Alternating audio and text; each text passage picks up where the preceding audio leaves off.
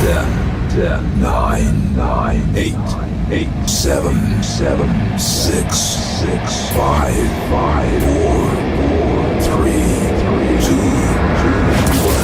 1. All systems go. You're listening to Sudbury News Talk. I want to show you something. Stand by. On the morning shift.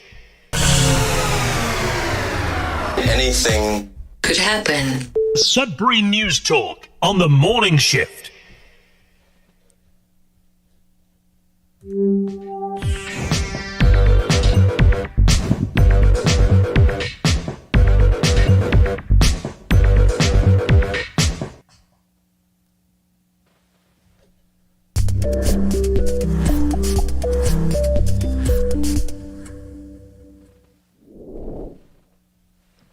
And good morning, everyone. Welcome to Sudbury News Talk on the morning shift. I'm A.G. Walsh. I'm glad to be here with you, and I'm thankful that you're here with us as I get my camera all set up. As the studio, I'm in my other studio this morning, and everything was moved around due to another project we were working on. And so everything was unplugged and moved, and we have new computers now because Microsoft isn't supporting their old software. Now you have to get all new computers, new software, whatever. So we've had to make an investment into 3 new laptops and so far. And then we'll have to eventually get some new iPads and yada, yada. But so had to get some new software uploaded. And I can't believe I just said, you know what? I'm going to throw the commercials on CKLU and I'm going to just go with some faith. And I clicked 3 things at once and just said, I hope they all work. And if not, oh well. And here we are. The miracle that is Sudbury News Talk each and every weekday morning between 7:30 and 8:30 on CKLU 96.7 FM. We're glad to be with you. And again, like I said, I'm really glad that you're here with us as well. As this we're getting started with this Wednesday, October the 3rd. Is it the 29th? The October 29th show. Tomorrow's the 30th, and then Halloween is Friday. We will not be having any shows tomorrow or Friday. Not that it's anything to do with Halloween, but just for other reasons, we won't be having any shows tomorrow or Friday. I'll reiterate that towards the end of the show as well. But lots to talk about this morning. We're going to dive in with a little bit of weather, some local news, some deep dives. Not sure exactly what we're going to deep dive about, but I guess the conversations that we have will lead to what we'll kind of unpack as our deep dive. We're live on CKLU 96.7 FM. As said earlier, we're also streaming live at cklu.ca. Click on the Radio Player Canada app and you can take us with you. Listen to us anywhere, anytime on your favorite device. Also live at facebook.com/Sudbury News, youtube.com/Sudbury News. Make sure to like, share, subscribe, and follow the channel and the page. The show will be found immediately on demand on those 2 platforms, along with x.com/Sudbury News and Sudbury.news, which is our local news aggregator. Well, it could aggravate some people, depending on what kind of news there is.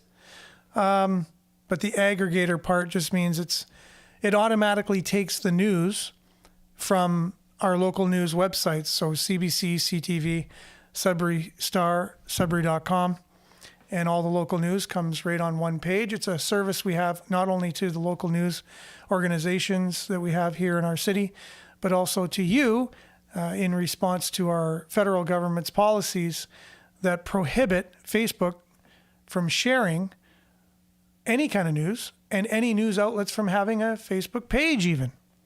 So if you go to look up Sudbury Star on Facebook, it ain't there, nor are any other news outlets that you'd want to go and check out their Facebook pages.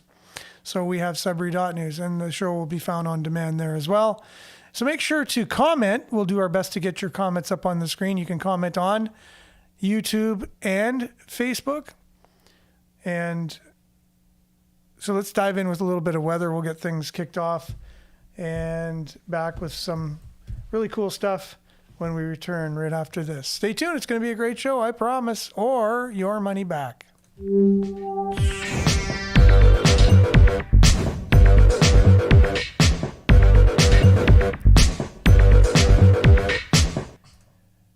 Sudbury weather brought to you by sudburyweather.ca. Currently, it is 3 degrees. It's partly cloudy out there.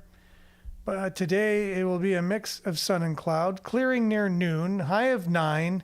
UV index 3 or moderate. Tonight, clear. Fog patches developing overnight. Low of -2. Thursday, which is tomorrow.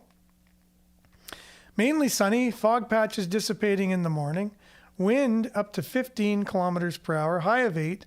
Wind chill -6 in the morning. And UV index 2 or low. Cloudy with a 40% chance of showers. Low of +2. That's tomorrow. So again, you got your sun for Wednesday, Thursday, and you still now have the forecast of showers on Friday, which is, it's down to 40% chance of showers now. I'm doing my best to kind of put into the universe some kind of positive vibe to have some better weather on Halloween for the little ones. But right now, it's 40% chance of showers, high of 6. And then on Saturday, at 30% chance of showers with a high of 4. Mix of sun and cloud on Sunday, high of 4. 4 degrees on Monday, 30% chance of showers. 3 degrees on Tuesday, 30% chance of rain, showers, or flurries. For Tuesday, you gotta expect the flurries right around this time of year for sure. Now on Saturday, this past Saturday, I noticed, just some flakes. It wasn't flurries, it wasn't snowfall by any means, but there was snow in the air, and that's a sign of things to come. And that is your Sudbury weather, brought to you by sudburyweather.ca. We'll be back with news headlines, your comments, and more right after this.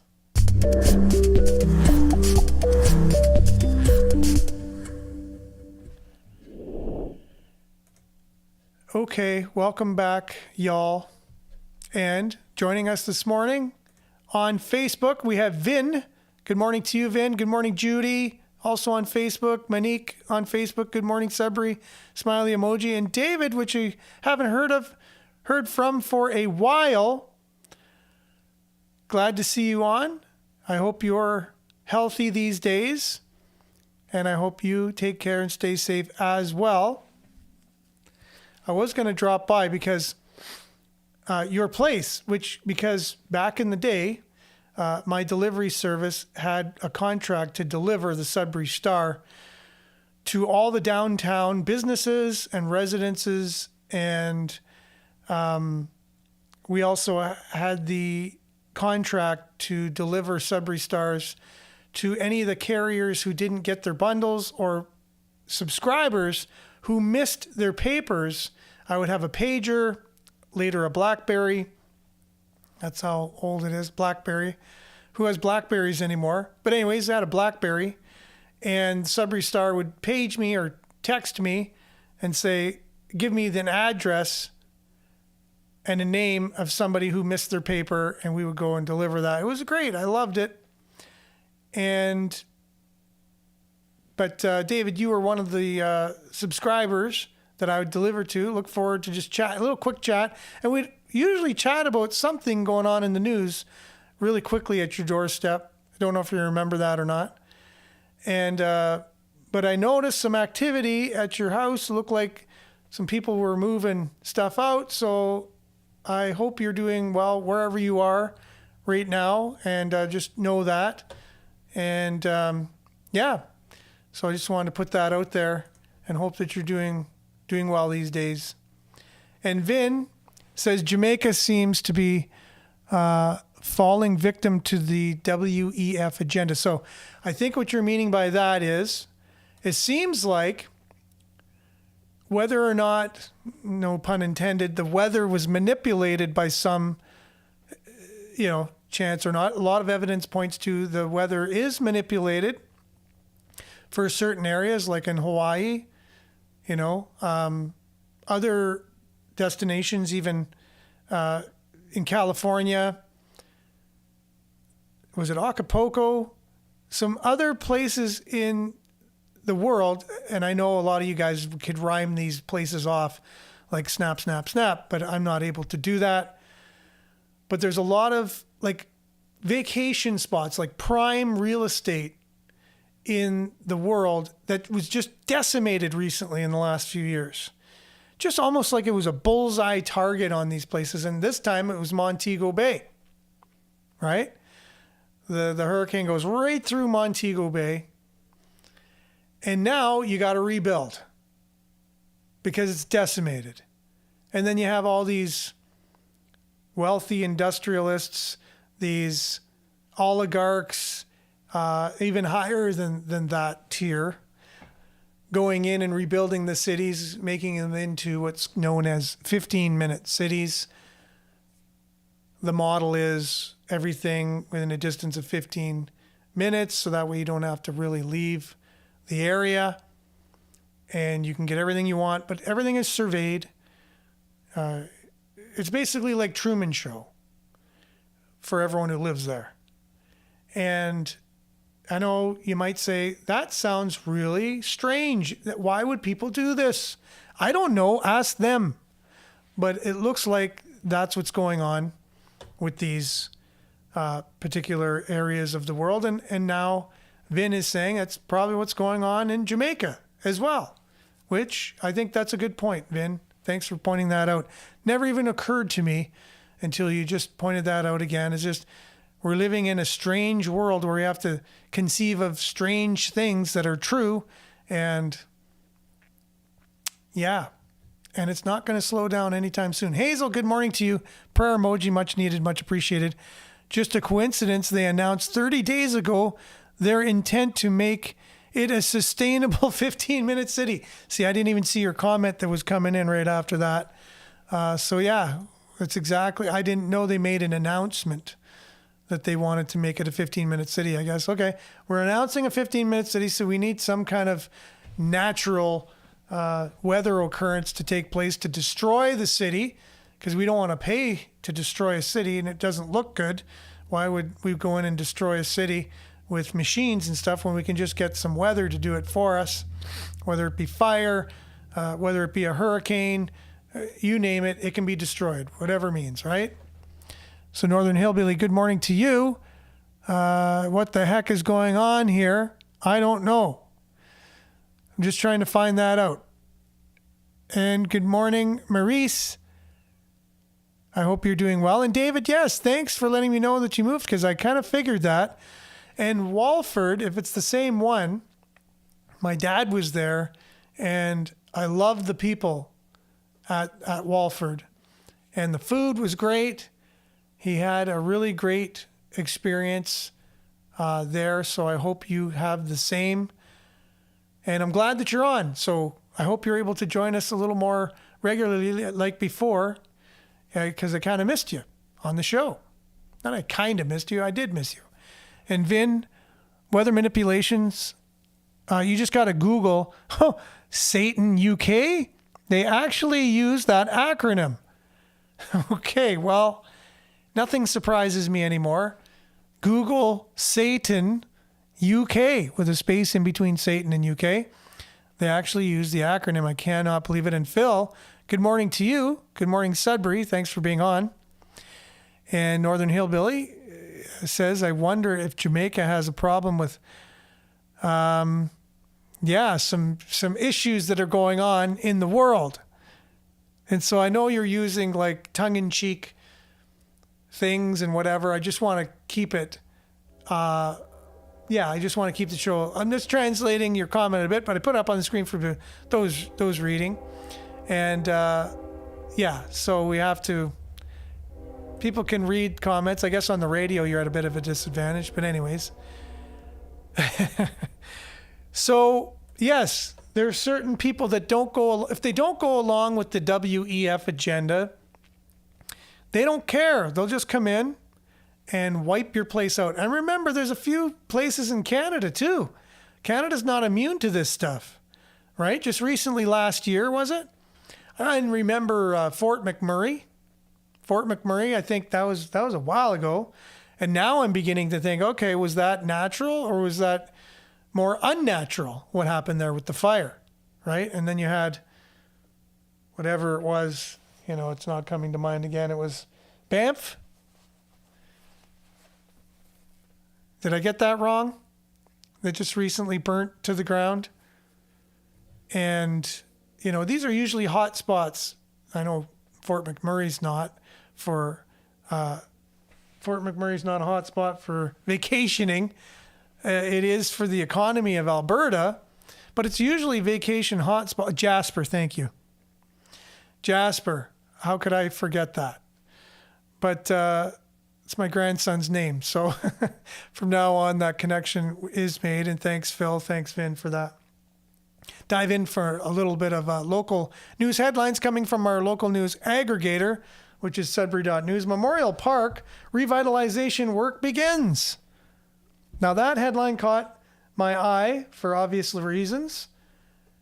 And I'm going to click on this. This is Sudbury.com. I don't always do that. Oh, from our good friend, Tyler Clark.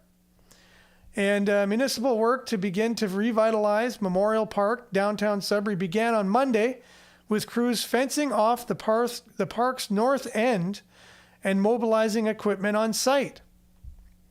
As we get the advertisements popping up here. Sudbury Performance Group have a 50-50 raffle. I might as well announce that since it's there anyways. We'll get that up on screen for all y'all. So they began revitalizing the park with putting up fencing on the park's north end and mobilizing equipment on site. They're starting at the north end, so it's balance, including veteran memorials, is available for Remembrance Day ceremonies. The City Park and Recreation Services Director, Jeff Pafford, said, work will progress until as autumn conditions allow. Work will progress until as autumn conditions allow. Wording not the greatest there, Pafford said. And pick up again in the spring for June completion in time for the majority of the summer events. We'll really concentrate on activities like grooming and pruning of trees, turf restoration, removal of flower garden shrubs, and some walkstone repairs and those types of things, he said. Some uneven concrete along the pathway curbs will be removed and replaced, and a concrete pad will be installed to make way for vendor area to accommodate such things as food trucks. The city hasn't decided yet where the pad would be installed, with Pafford noting that conversations with community groups, including downtown Sudbury Business Improvement Area, were ongoing. Now, a little bit of, and I'm not sure if Tyler's going to get into this or not, a little bit of background information for those who may be aware or not aware. This has been historically, since it's become a thing, an encampment site for Sudbury's population experiencing homelessness, right? And oftentimes they are kicked out of there. For a while, it was like a tent city right across from the police station and City Hall, of all places, like right there, as a stark contrast of the way that our city is going and our country and society in general, right? So now they move them over to across the tracks. So now they're on the other side of the tracks, literally, in a place called Energy Court, which is just off Lawrence Street, right by Independent Grocer, the beer store, is it Carpet Land? But anyways, the carpet store, the paint store, and now correct me if I'm wrong, could be House of Broadloom. Either way, I'm sorry if I got the business name wrong. It's not my greatest morning to remember even iconic Canadian tourist destinations, for crying out loud. But yeah, so they moved the encampment from Memorial Park now over to there. So now I guess they're beautifying the area. They maybe want to use it for more festival ideas. And according to this, it's part of the Sudbury downtown plan, right? So this is also coming from the person who's Jeff Pulford, who's in charge of Parks and Recreation in Sudbury. I think it's about looking at improving the park from a beautification and cleanliness standpoint, but also in line it also lines up with Sudbury's downtown master plan, making it a welcoming place, he said. Part deferred maintenance and part a broader downtown transformation project announced by city CAO. I can't pronounce her last name yet. I still have to look that up. But our new CAO earlier this month, the park renovations will help signal its availability to community groups, Downtown Sudbury Executive Director Jeff McIntyre said. So here it is. A homeless encampment took shape in Memorial Park during the COVID-19 pandemic, but after a cycle of evictions, the city declared March 22nd that encampment Memorial Park would no longer be an option, with the final closure taking place April 1st.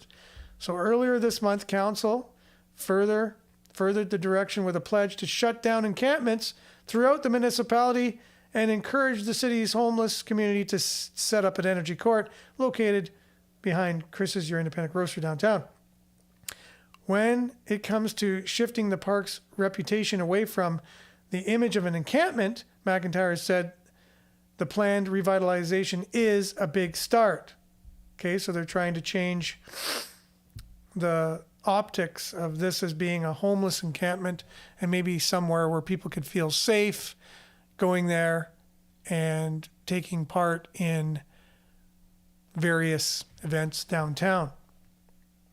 The follow-up step, he said, is working with the city and working with all the potential users of the park to make it regularly programmed so it remains a safe and friendly place for everybody. Yeah, regularly programmed events, maybe you want to put that word in there so that it remains safe place for everybody. Electrical plugins aren't ideally located for events, and the irrigation system isn't well mapped, so putting tents down is difficult because people need to locate every time they put a peg in the ground, McIntyre said. After a handful of improvements to resolve issues such as these are made, he said the park should become a more lively place.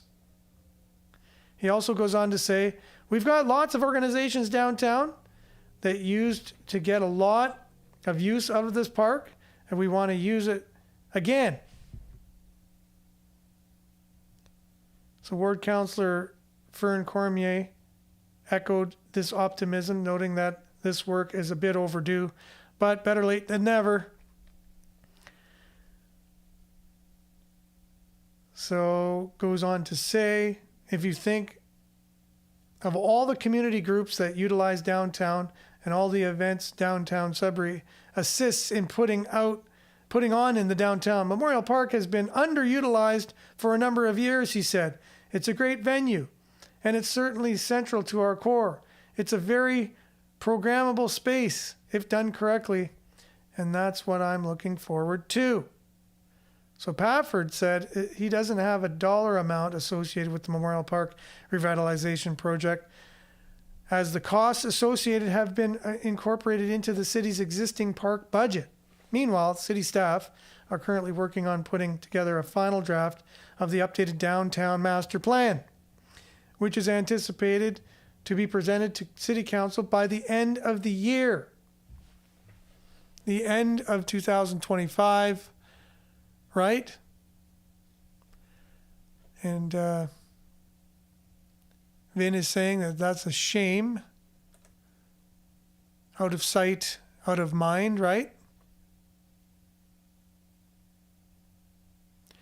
And a few people joining us here. Some morning shout-outs. Marianne from Barrie, liking and sharing as usual. Liette from Collingwood.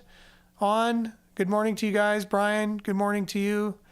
Belinda, good morning. And you usually have a positive quote of the day. When you're real, you can't align with anything fake. 100%.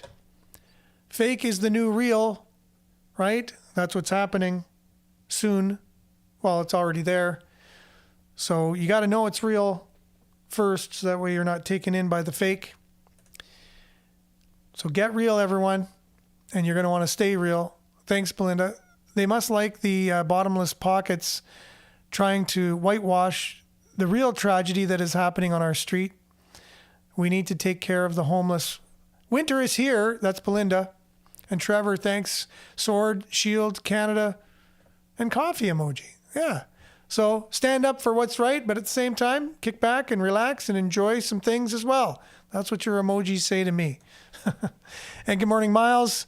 Just learned today that David from Moose on the Loose says that Doug Ford's ads were produced by CCP company in China. I would not doubt it. And that's our deep dive for the day anyway, so thanks for sharing that, because we'll be talking more about those ads and how China relates to Canada and yada yada, and Mark Carney and all that stuff. And apparently he approved the ads. So everyone's saying, no, it was Doug Ford, it wasn't Mark Carney. No,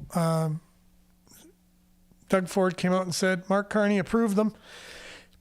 Mark Carney hadn't said that he had not. Okay, Phil says homelessness is a symptom of the federal government that gives zero freaks about its own people. I cannot disagree with you on that. And Vin says, imagine an encampment where the Sudbury Wolves and Sudbury 5 Image hosting events. Wool over sheep's eyes. Right? So you can't have the homeless there while we're trying to make our downtown and the new arena and everything that we want to have happen. You can't have homeless people right there either. It kind of cramps the whole thing that they're trying to do. Right? So, okay, so let's say good morning, Jerome. Thanks for being on. Let's just, good time to get into our, just looking at the time here because I think the time is wrong.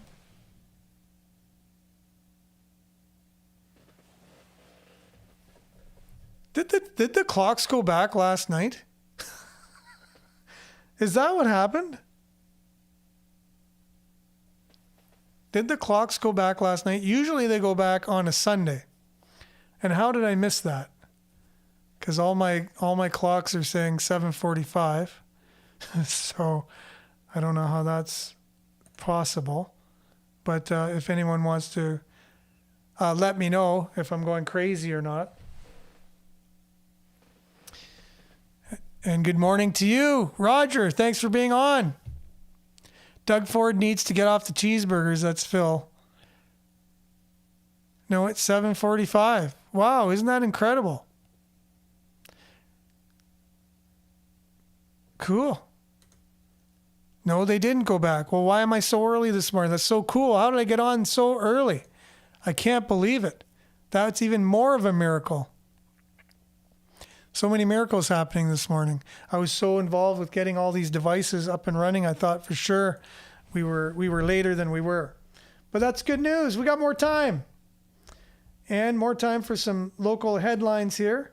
Northern Ontario pumpkin farms had excellent season despite province-wide drought. So that's good for just the season of Halloween and the fall. While drought conditions have devastated pumpkin crops across much of Ontario this fall, farmers in the north say their harvest is largely been spared, thanks to a mix of irrigation planning and persistence. Pretty cool. And this is some sad news here. A search for a man missing in Sudbury's Wanapitei River ends sadly. Rescue crews recovered the body of the individual yesterday afternoon. So that story is from Sudbury Star. So condolences to the family and friends of the individual. So Shirley is saying November 2nd they go back, which is Sunday. So that's what I thought. It's always on a Sunday. I was just kind of perplexed the fact of how early we started the show this morning, which is great. We got to do more of that. And good morning, Logic. Thanks for being on. And yeah, November 2nd. Thanks, guys, for letting me know the time. That's never happened before. Hopefully it never happens again. It's just cool. And I notice whenever there's something like that, whenever something happens on the show that's like just say I have a fly on my head or I got a booger in my nose, or there was one day where I shaved and I had a little piece of white Kleenex still on my nose, under my nose, and I didn't realize it. I was like, wow, there's tons of people on right now. I can't believe how many people are on. I don't know if Facebook's algorithm somehow just puts it out there, more if there's a glitch in the show or just something where there's egg on my face. I just have to question it. I just don't understand it. We were at about 14 people for the longest time. And then as soon as that happened, I look up and we're over 21 people on Facebook. I mean, we got people on YouTube as well, but just strange. It's strange how that happens. So Sunday is the time change. Might as well talk about it now and remind people, so that way you don't get caught, that the time change will take place, fall back, spring forward, right? So we're falling back. You get an extra hour of sleep kind of deal. And here's Brian just explaining it a little bit more, that daylight savings time begins on the second Sunday of March at 2 a.m. and ends the first Sunday of November. 2 a.m. always, until they get rid of it, which I'm a fan, and I hope they have a vote one day. And I'll vote that get rid of the time change. It doesn't really do anything for anyone anymore at all. I didn't like daylight savings time change, and I don't either. Let's get rid of it. I'm with David, and good morning to you, David. Thanks for being on. Yes, I think I even started earlier to 7:30 this morning, Denise. So I'm making up for lost time. I think I probably started at 7:25 or something like that. And Roger, I like Fat Ford's commercial. All true. You're not a fan of the USA at all. That's Northern Hillbilly, sorry. I thought I might have said Roger by accident, but Northern Hillbilly, you don't like the USA. And I don't know. The USA I got mixed emotions about, because there's a deep state part to the USA that obviously I'm not a fan of. It's the people behind the scenes, like deep state. That's just what the word suggests. So again, they do crazy things. The CIA, crazy organization. They're rooted in the United States, but they got their start, if anyone remembers this, from Operation Paperclip after the Second World War. Countries around the world handpicked the people that survived the war from Germany, the Nazis, the leftovers, the brains behind things. They kind of said, well, why we let that all go to waste when we can take them in our country? Scientists, doctors, you name it, inventors. So von Braun became the head of NASA in the United States. He's right from Hitler's, closest network, designing things for the war for Germany. Came over and became the head of NASA. So in Operation Paperclip, basically that's when the CIA was formed from Nazi intelligence. And as you can see, they kind of carry on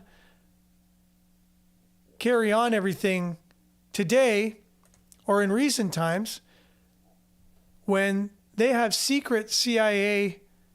And yes, the Blue Jays won last night. They did win 6-2. It didn't have to go extra innings. No one had to see 2 ball games in one and stay up to 3 in the morning, right? So there you go. But the CIA, and yeah, David says it takes effort to find me for sure. A lot of people say that. They don't get notifications these days. And yes, if you want, sorry, I'm just going on people's comments here. There is a chart out there, moosechart.com. If you haven't seen it yet, go to moosechart.com. It shows all of Mark Carney's dealings and how when he makes policies in Canada, he actually gets rich off them through his private investments. But you say it's in a blind trust. No, it's not in a blind trust. It's he knows exactly where his money is. And he's making money off the decisions he's making from Canada.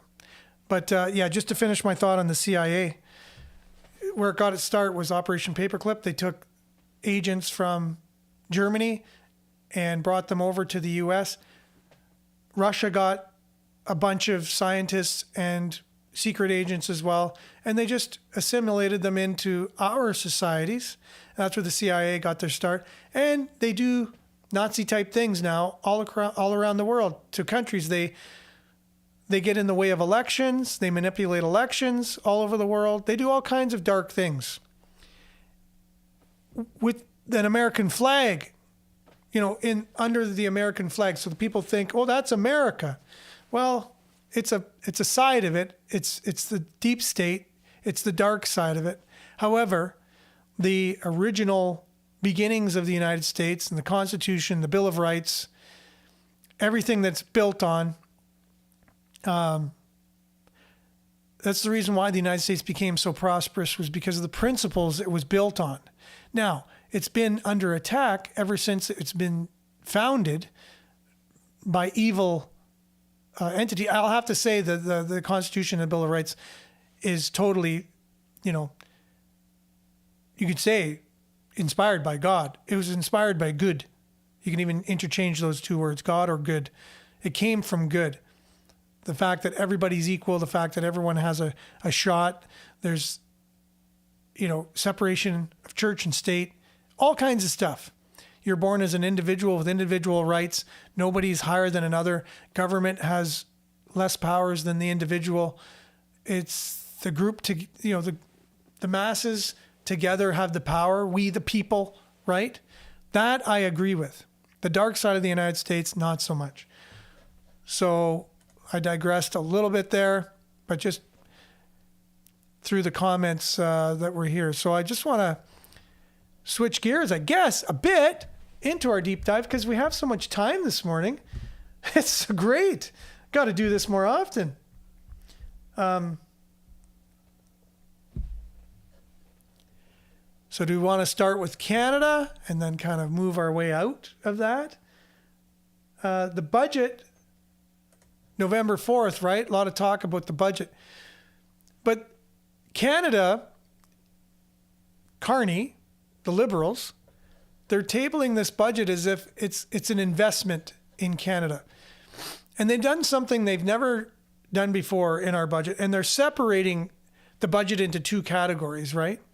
And one of them is capital projects. They've never done this before. And they're just changing the terms and definitions of what they're doing to kind of trick Canadians. And the fact that the parliamentary budget officer said, we got about a year before we go bankrupt. He did say that. You Google it. You look that up. We played that on the show where the parliamentary budget officer said, we are going to be bankrupt in a year, give or take, if we don't change our spending habits and change the way that we go into debt, right? So that wasn't something I'm making up or anyone's making up. That's the very person that our tax dollars pays to do that type of work and to find that information out. So here's Sarah explaining how they're changing definitions in order to push through the budget. Everyone, a quick but important update. The parliamentary budget officer has confirmed it. The Liberal government is redefining what it counts as capital investment, but it is stretching it so far that it no longer meets international standards. And I have seen this before in the financial sector where numbers start getting massaged, when definitions shift, when those in charge try to make the books look better than they are. It's never a sign of confidence, it's a sign of panic. And I will say this plainly, when leadership resorts to those tactics, it is not just the financial performance that suffers, it is the integrity of governance itself. Let me read you the exact quote from the budget watchdog. This is a report from this morning. Based on our initial assessment, we find that the scope is overly expansive and exceeds international practices, such as those adopted by the United Kingdom. So this Liberal government is including things like corporate tax breaks, subsidies, housing incentives as capital formation. That is not investment. That's manipulation. It is how you make math look good while the reality keeps getting worse. But here's the real concern. By changing definitions, they can claim progress and their so-called fiscal anchors, because now they get to choose them, while dropping the most important one, which is the debt to GDP ratio. That's the anchor that every serious country uses to measure sustainability. So when you change the rules, instead of changing your reckless spending, you're not being transparent, you're actually hiding the truth from Canadians. And this should be important to you because this is your money. You work very hard to earn it. The government taxes it, and now they are misrepresenting it and mismanaging it. And Canadians need and deserve honesty and transparency, not accounting tactics. We need fiscal discipline and integrity in government again. Very well explained, right? And whether or not you understand how budgets are done and what terms are used and what, they're changing the definitions to just, put some smoke and mirrors out there. And the media is going to eat it up because they pay for the media, right? They pay for the media, so the media is just going to go along with whatever they say and reiterate their talking points and sell it to you the same way that the Liberal government is selling it to you. But we're saying investing when it's not really investing. Investing is when you get a return on your investment. That's what you do. You get a return on your investment when you invest something, right?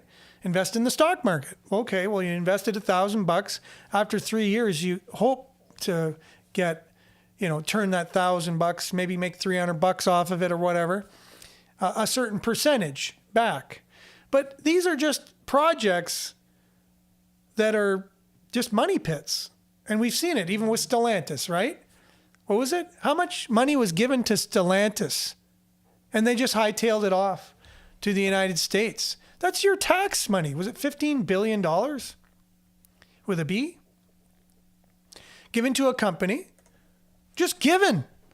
And the opposition saying, can you show us the contract that you entered into with these guys, the agreement to give a company $15 billion of your dollars? And a lot of times conservatives are touted as, in bed with corporations all the time and they're so capitalist and this, that, and the other, and they only care about business and they don't care about people and all this stuff. But the Liberals are the ones who gave $15 billion, and this is just one time. There's many, many examples of this. Just gave it to a company. Here you go. And they just went to the United States. Mark Carney's company, Brookfield, left their head office, left from Toronto and went to New York. While he's campaigning to be the Prime Minister of Canada, and this is what the news did not cover. Like our mainstream news did not cover that, did not really say, that's weird. Elbows up. Why are you moving your company to the United States? Oh, he doesn't even belong to that company anymore. He's got his money in a blind trust. They don't dig into things and try and find things out. So that's why I would say go to, like Miles suggested, moosechart.com. And I'm telling you, you won't be disappointed. You'll see, and you've always hoped that someone would do this, and someone finally has done it.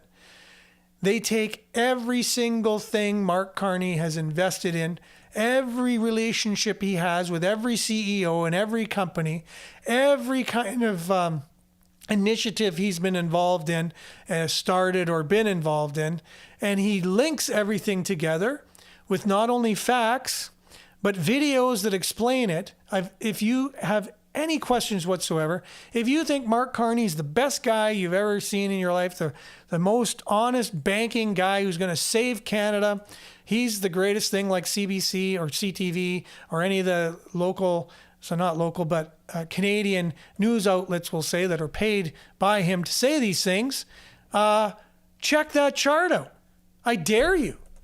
I dare you to. And I dare you to say, that's not true. I'm going to look into that myself. I'm going to do my own research. And I'm going to show you that Mark Carney just has the best of intentions for Canada. He's not making money off any of the decisions he's making with taxpayers' money. He's not personally getting wealthy off the policies that he's making. There are no conflicts of interest after looking at that chart. And if you don't go there and look at it, then shame on you.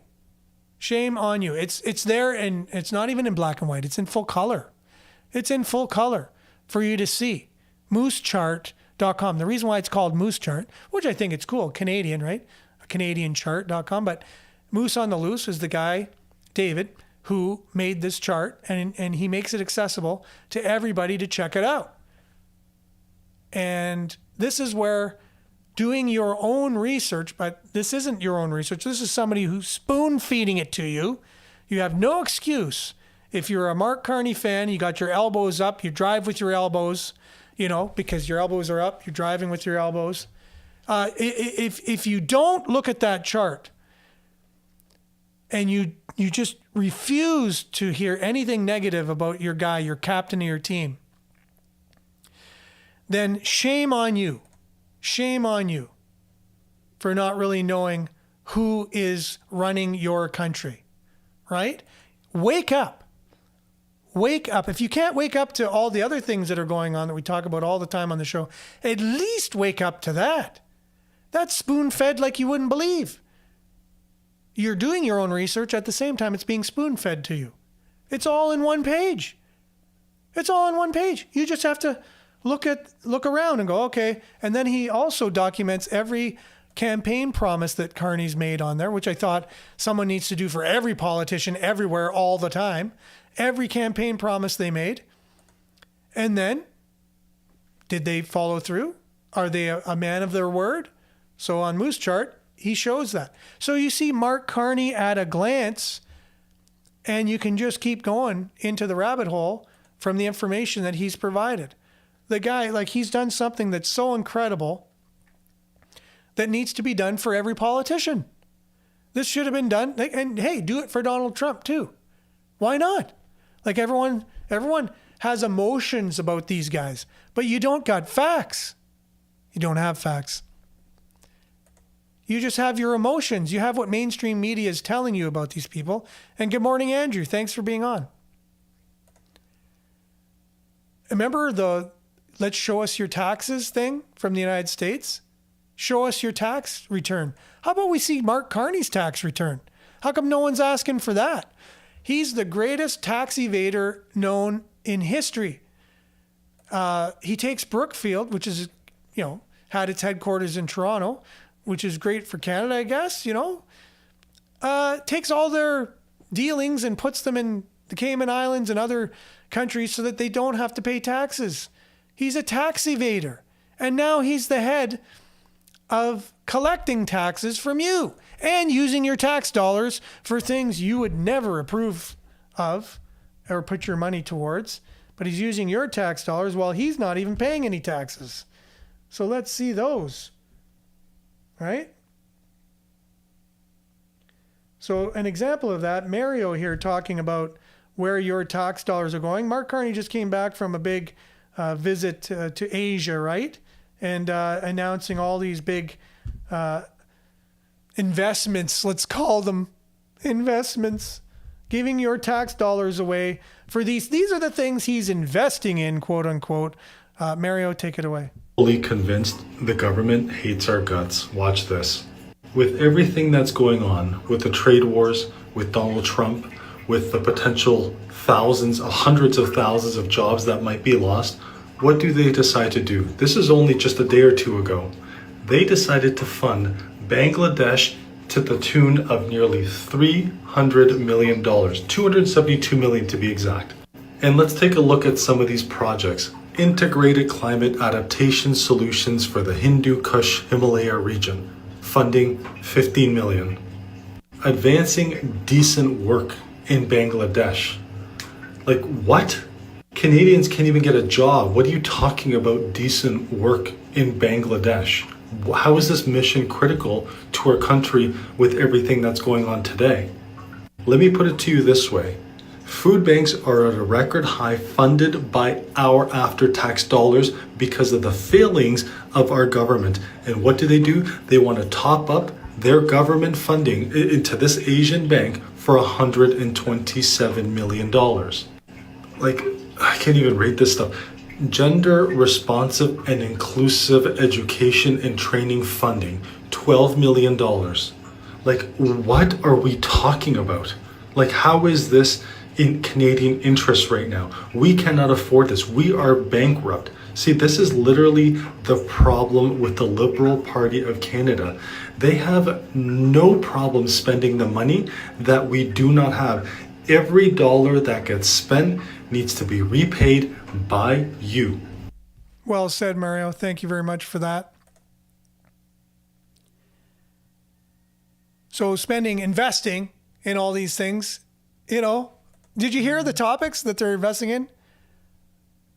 Did you hear what we invest in, quote unquote, around the world? Give money away, give millions and millions of your tax dollars to these initiatives in these countries. All it is a global money laundering scheme. That's all that is. And speaking of Moose on the Loose, if you check him out, he has a segment on his show where he takes 2 or 3 every episode or whatever, every so many episodes, he'll show some of these because it's right on the government website.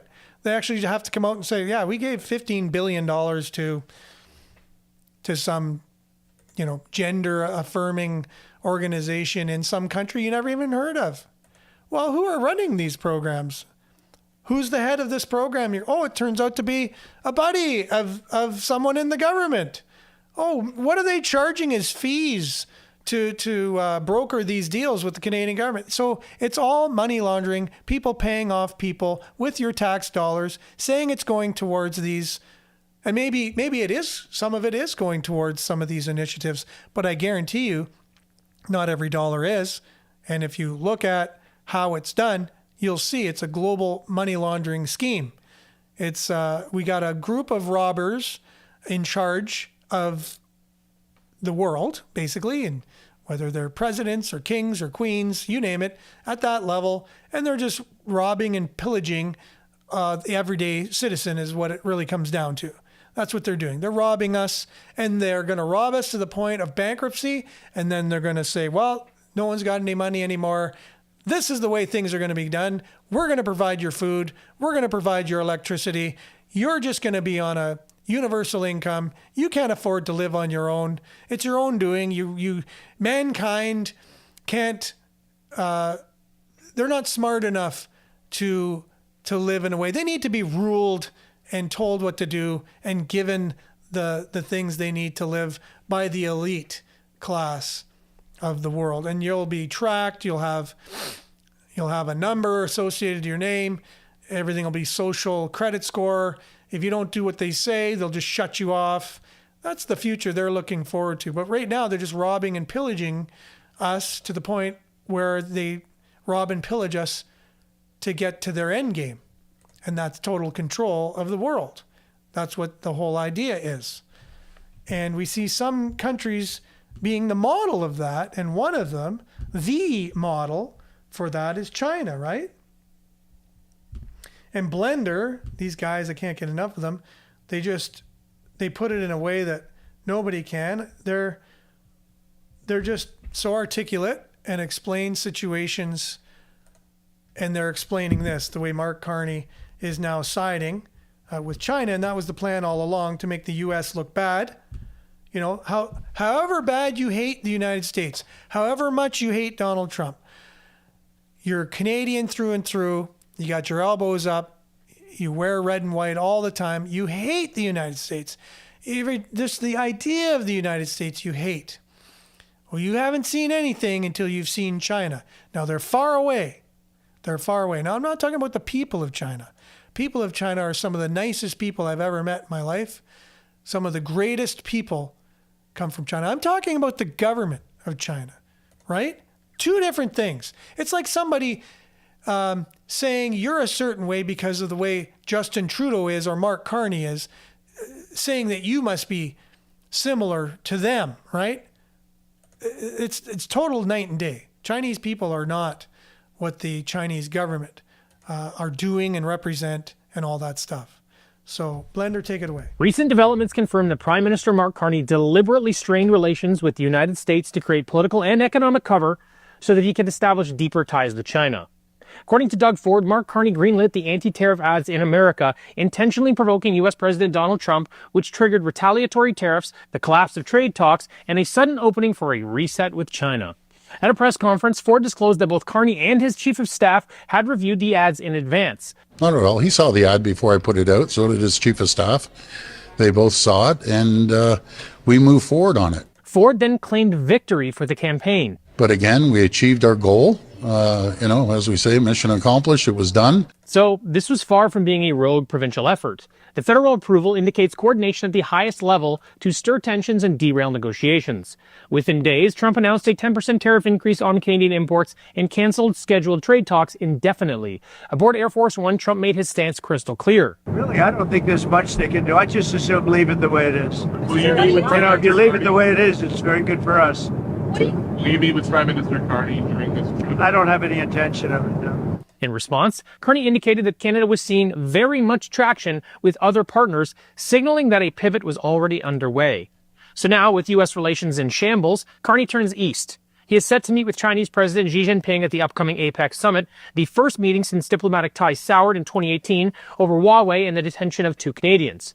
However, it's important to note that he's already laid the groundwork here. Following a recent meeting with Chinese Premier Li Qiang, Carney said that this was just the start of a broader discussion, adding that China is Canada's second largest trading partner, the second largest economy in the world, and one of the most influential nations on the world stage. Carney has since expressed his plan to lift restrictions on Chinese investment, pursuing a full free trade agreement, and rolling back tariffs on Chinese EVs, highlighting his eagerness to reset ties. Though it should be noted, China still maintains significant tariffs on Canadian canola, steel, and aluminum. The sequence of events here paints a pretty clear picture. Carney's approval of the Reagan-themed ads provoked Trump, triggering tariffs and a diplomatic freeze that now serves as justification for deepening ties with China. Doug Ford's mission accomplished remark, coupled with Carney's emphasis on generational investments and traction with other partners, suggests the fallout wasn't accidental, it was strategic. While Carney maintains a tough public posture, what he calls going in elbows up, the evidence points to a calculated move to shift Canada's economic future towards China under the guise of American hostility. As tariffs bite and trade with U.S. falters, one question lingers. Whose interests is Mark Carney really serving? Canada's or China's? Or his own. I'll also add that in there. Right? So all these guys think, they're going to have great positions in the new communist world, the one world communist government. They're going to have real great positions. They're doing it. But you're expendable. Like, as soon as mission accomplished, these higher ups use you, abuse you, you're now no longer needed. As long as you've done their bidding for them, you're trash.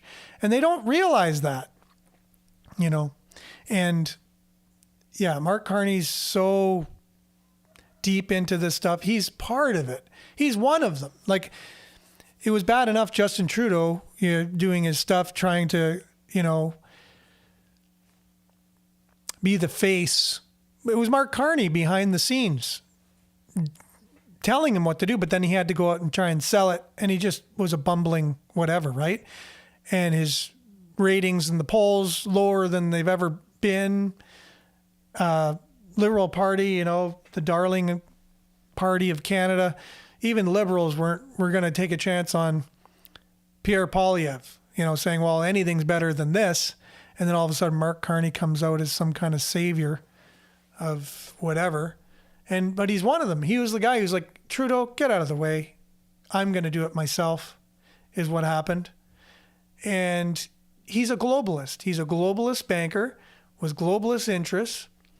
And he sees China as our strongest ally. He sees them as the new world power. And he's going to cut our ties with what he believes is the former world power, which is the United States. And he's going to latch on with the new world power, which is China. And they're vying for top spot, China and the U.S. That's what's going on right now. The U.S. has been for many, many years. And there's a change going on in the world. A lot of people behind the scenes trying to bring upon this change. And again, as much as you hate the United States, as much as whatever reasons you do hate them, you will hate the new partner that we have now and the way the world is going more, You'll have more reasons to hate what's coming than you do what's been. I guarantee you, 1,000,000%, you will not like what's coming. And this is where Canada's going. We are partnering more with China. We have Chinese police stations in Canada. We have all kinds of Chinese business dealings. We have Chinese interference paying off our politicians. That's known. It's known. Remember, there were so many MPs that were found to be guilty of dealing with foreign interference, and we still don't know the names. We still don't know the names. There's so much corruption in Canada. So much corruption. And Pierre Poilievre pointed that out recently of just the scandals that our former prime minister was involved in and said, hey, the RCMP, what's going on with them? They must be covering something up because they didn't even investigate. Now I'm putting words in his mouth. He just said it's deplorable what the RCMP did, how they handled the case. Right? Deplorable. And it is. It's not right. Not right at all.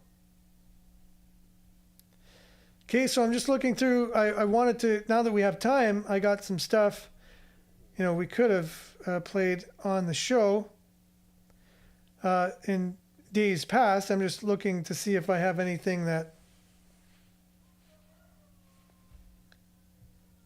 So here's, again, I don't remember even having this, but the headline I put to play was the Chinese in Canada. So since we're talking about that, it's relevant. And I believe it's Sam Cooper, who is a true journalist, written many books, and actually practices journalism. Like, he actually gets the story and tells the truth of the situation. And it shows that he is, because he's going after the China story. And in order to do that, you gotta be the real deal, because you're putting your life on the line here by doing this, right? So I'm happy to be here today. And what I want to drive home very briefly is I think the citizens of North America and the Western world now need to recognize the pattern recognition that reporting from myself, reporting on this excellent new book, and others, including reporting in the United States, is revealing to citizens that have had little idea of how extensive and pervasive the Chinese Communist Party's operations are, targeting North America and, alarmingly, Canada's smallest province. I'm here today because at the Bureau.news I have published a number of op-eds from Gary Clement and also Dean, focused on their research in PEI. Before that, I worked with Gary and Dean to publish my book, Willful Blindness, in 2021. It was very much focused on my own discovery of Chinese organized crime, underground banking, and the Chinese Communist Party through the United Front, and how a flood of shady money had washed into Canada's west coast and Vancouver and essentially captured major portions of the economy. I was focused on urban landscapes. My colleagues are focused mostly on rural landscapes. And let me say the patterns they have revealed in PEI are much the same as have been revealed in Oklahoma, Maine, across the United States, where we now hear in congressional testimonies the Chinese Communist Party and their Chinese crime networks have bought massive amounts of farmland near critical infrastructure and leveraged it into organized crime marijuana operations that are consistent with not only running weed money, but fentanyl money, human trafficking. All kinds of money is being laundered through American land, and the American government is now starting to take that seriously. As my colleagues have indicated, not yet has the Canadian government or the PEI government taken it seriously. So there's a bigger picture here, and also at the Bureau, I've been reporting in the theme of pattern recognition that the UK government is now undergoing a scandal in which it appears Labour leader Keir Starmer and his government have suppressed the flagship, the largest espionage case ever focusing on China, targeting their own parliament, in which Conservative MPs were allegedly targeted for information collection from Chinese threat networks. The case was cancelled. We're reading more and more about it in UK's media. And what I want to say is, I recognized it seems almost the exact same story that I exposed at Global News, the targeting of Canada's parliament, in which Justin Trudeau's government apparently pressed down on reporting from Canadian intelligence that was pointing most alarmingly to China's attacks of Conservative MPs, gathering information on MPs such as Michael Chan, and supporting more friendly MPs from other parties. Thanks. Those are my remarks today. So thanks to Sam Cooper for his reporting and his diligence, informing us as no one else is doing. They can, but they don't seem to do it. And Lori, good morning to you. Thanks for being on. The extent we don't understand, because we would hope that our news would be telling us this, right? But we don't hear this stuff, and there's a reason for it. There's lots going on in the world and the changing what world we're morphing into. So we're going to be going into a surveillance state where everything's tracked, government's in charge of everything. You're going to be afraid to say anything because you're going to be jailed if you say anything against it. Just look at what's going on in China. That's the model for the world, according to the chair of the department when I was in university said to me, because I was, and you've heard me say this before on the show, I was perplexed. I said, well, look what's going on in China. They have more cameras than they have people. They're surveilling everything.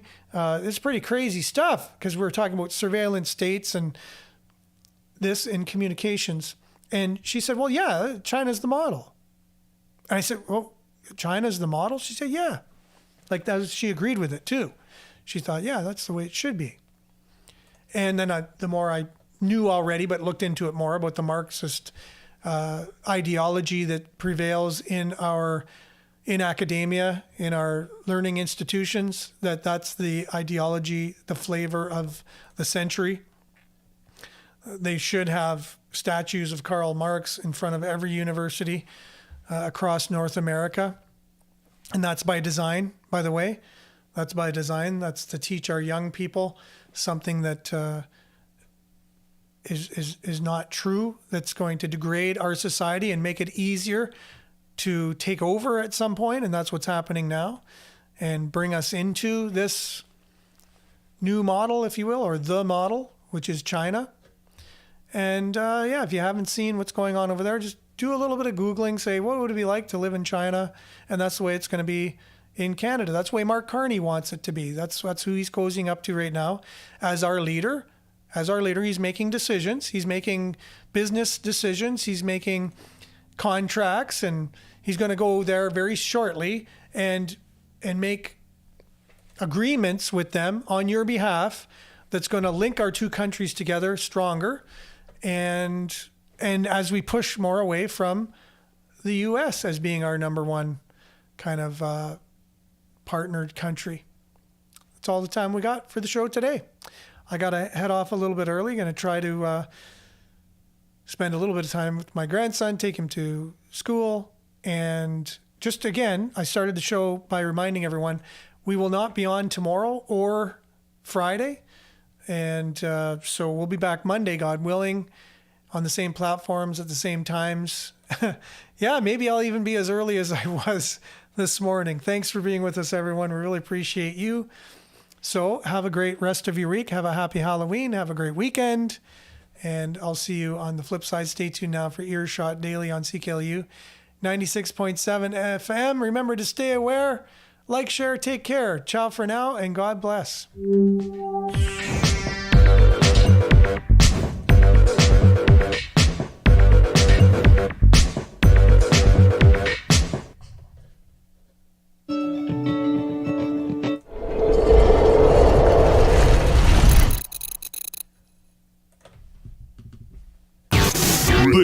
This is Sudbury News Talk on the morning shift.